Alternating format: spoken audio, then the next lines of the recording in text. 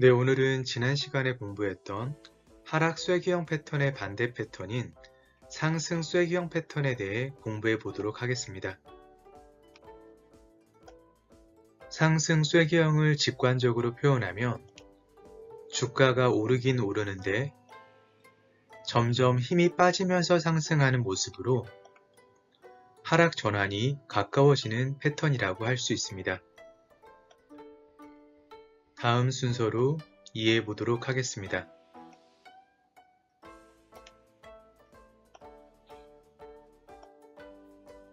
먼저 상승 쐐기형 패턴의 모양을 확인해 보도록 하겠습니다. 상승 쐐기형 패턴은 고점과 저점이 둘 다 상승하지만 상단 추세선의 상승 기울기가 하단 추세선의 상승 기울기를 쫓아가지 못하면서 채널이 점차 수렴하는 패턴입니다. 다음은 추세선의 의미를 보도록 하겠습니다. 상단 추세선은 고점을 연결한 추세선입니다.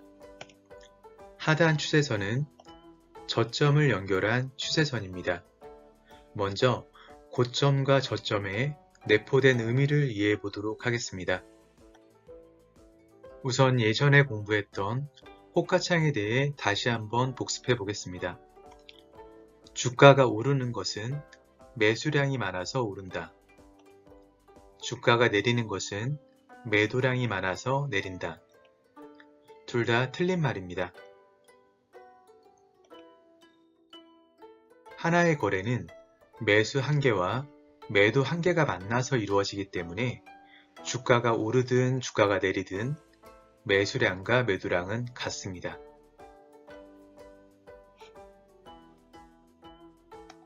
주가가 상승하는 것은 매도 호가창에 접수되는 매수 주문으로 오르게 됩니다. 주가가 하락하는 것은 매수 호가창에 접수되는 매도 주문으로 내리게 되는 것입니다. 호가창을 보면 매도 호가는 매도 주문을 걸어둔 참여자들로 만들어집니다. 즉 800원에 팔겠다는 사람부터 500원에 팔겠다는 사람들의 매도 주문이 먼저 접수된 호가입니다.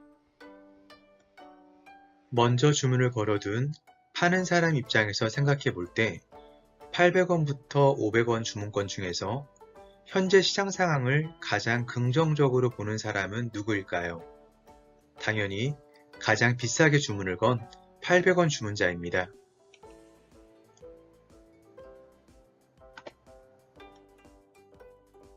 이번에는 나중에 접수되는 사는 사람 입장에서 생각해 보겠습니다. 800원에 사겠다는 사람은 어떤 심리일까요? 당연히 800원보다 주가가 더 오를 거라는 기대의 매수를 할 것입니다. 즉, 매수 주문자 입장에서도 매도 주문자와 같이 현재 상황에서만큼은 가장 긍정적으로 시장 상황을 보면서 참여하고 있는 것입니다. 주가는 이런 심리를 기반으로 오르게 됩니다. 이번에는 호가창에서 매수 호가를 보겠습니다. 매수 호가는 매수 주문을 걸어둔 참여자들로 만들어집니다. 즉, 400원에 사겠다는 사람부터 100원에 사겠다는 사람들의 매수 주문이 먼저 접수된 호가입니다. 먼저 주문을 걸어둔 사는 사람 입장에서 생각해 볼 때 400원부터 100원 주문권 중에서 현재 시장 상황을 가장 부정적으로 보는 참여자는 누구일까요? 당연히 가장 싸게 주문을 건 100원 주문자입니다. 즉, 체결될 확률이 가장 낮지만 이 정도 금매 가격이면 사겠다 라는 심리가 내포된 주문입니다. 이번에는 나중에 접수되는 매도자 입장에서 생각해 보겠습니다. 100원에 팔겠다는 사람은 어떤 심리일까요? 당연히 호가창에서 가장 싼 100원보다도 주가가 더 내릴 거라는 공포의 매도를 할 것입니다. 즉, 매도 주문자 입장에서도 매수 주문자와 동일하게 현재 상황에서만큼은 매도 주문자 중 가장 부정적으로 시장 상황을 보고 있는 것입니다. 급매로 처분하는 것입니다. 주가는 이런 심리를 기반으로 하락하게 됩니다. 정리하면 가장 비싸게 거래가 된 가격인 고점은 매도자 중에서 가장 긍정적인 매도자와 매수자 중에서 가장 긍정적인 매수자가 만나 체결된 가격임을 알 수가 있습니다. 즉, 상단 추세선은 가장 긍정적으로 접근하는 참여자들이 만들어내는 선입니다. 반면에 가장 싸게 거래가 된 가격인 저점은 매수자 중에서 가장 부정적인 매수자와 매도자 중에서 가장 부정적인 매도자가 만나 체결된 가격임을 알 수가 있습니다. 즉, 하단 추세선은 가장 부정적 시각으로 접근하고 있는 참여자들이 만들어내는 선입니다. 다음은 추세선의 기울기를 이해해 보도록 하겠습니다. 상승 기울기는 상승 강도입니다. 즉, 상단 기울기는 긍정적 참여자들의 상승 강도입니다. 하단 기울기는 부정적 참여자들의 상승 강도가 됩니다. 하단 추세선의 기울기가 더 가파르다는 것은 부정적 참여자들이 생각하는 적정 가격은 가파르게 올라가고 있는데 긍정적 참여자들이 생각하는 적정 가격은 오르긴 오르지만 크게 다르지 않다는 의미입니다. 이 말은 하단 추세선의 에너지의 상승분이 상단으로 그대로 전달되지 못하고 소진되고 있다는 의미이기도 합니다. 다시 한번 정리를 하면 하단 추세선의 상승 에너지가 상단 추세선으로 그대로 전달되지 못하고 소진되면서 매수 압력에 점차 힘이 빠지는 패턴이 상승 쐐기형 패턴입니다. 다음은 채널에 대해 이해해 보겠습니다.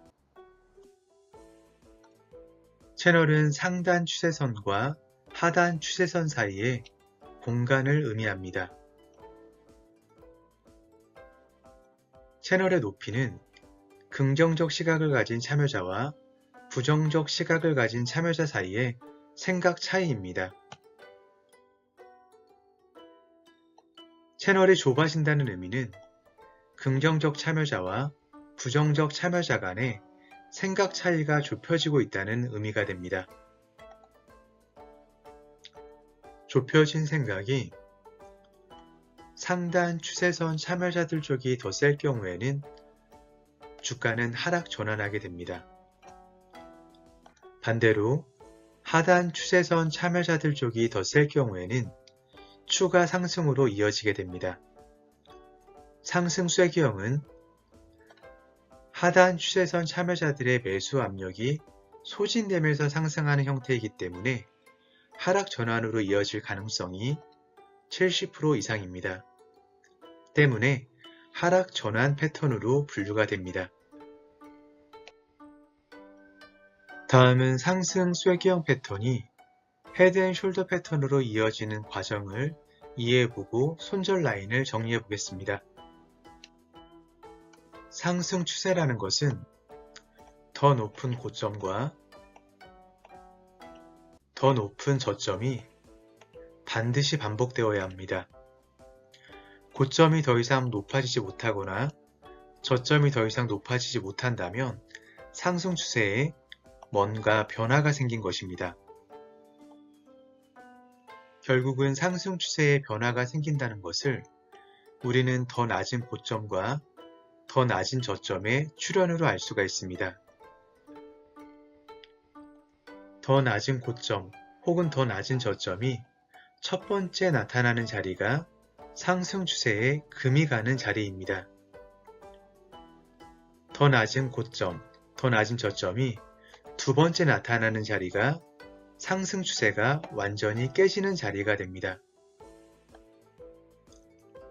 상승 쐐기형 패턴이 하단 추세선을 이탈하면서 첫 번째 더 낮은 저점을 만들 경우 이 더 낮은 저점은 그냥 저점이 아닌 상승 추세에 금을 내는 저점이 됩니다.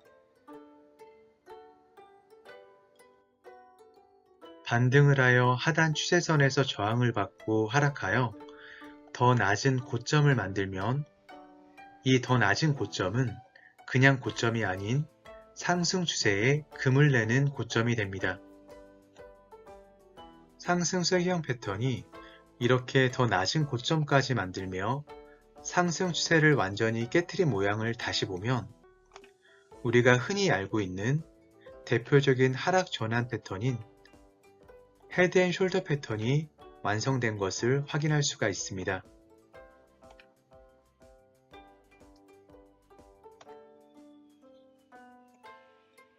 손절하는 방법은 세 가지가 있습니다.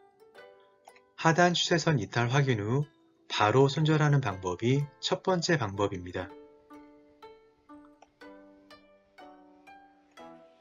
하락한 주가가 잠시 반등했을 때 하단 추세선에서 손절하는 방법이 두 번째 방법입니다. 마지막으로 다시 하락 시 오른쪽 넥라인에서 손절하는 방법이 세 번째 방법입니다. 마지막으로 상승 쐐기형 패턴을 전체적으로 다시 한번 해석해 보겠습니다. 상승 쐐기형 패턴은 긍정적 참여자들이 만드는 상단 추세선의 기울기가 부정적 참여자들이 만드는 하단 추세선의 기울기에 상승 각도를 쫓아가지 못하면서 긍정적 참여자들과 부정적 참여자들 사이의 적정 가격이 비슷해지는 상황이 도래하고 소진된 매수세로 인해 결국은 하락 전환되는 패턴입니다. 주식 패턴은 채널 내 재생 목록 중에서 주식 패턴에 지속적으로 포스팅해드리고 있으니 시청해 보시길 추천드립니다. 오늘은 하락 전환 패턴 중 상승 쐐기형 패턴에 대해 공부해 보았습니다. 감사합니다.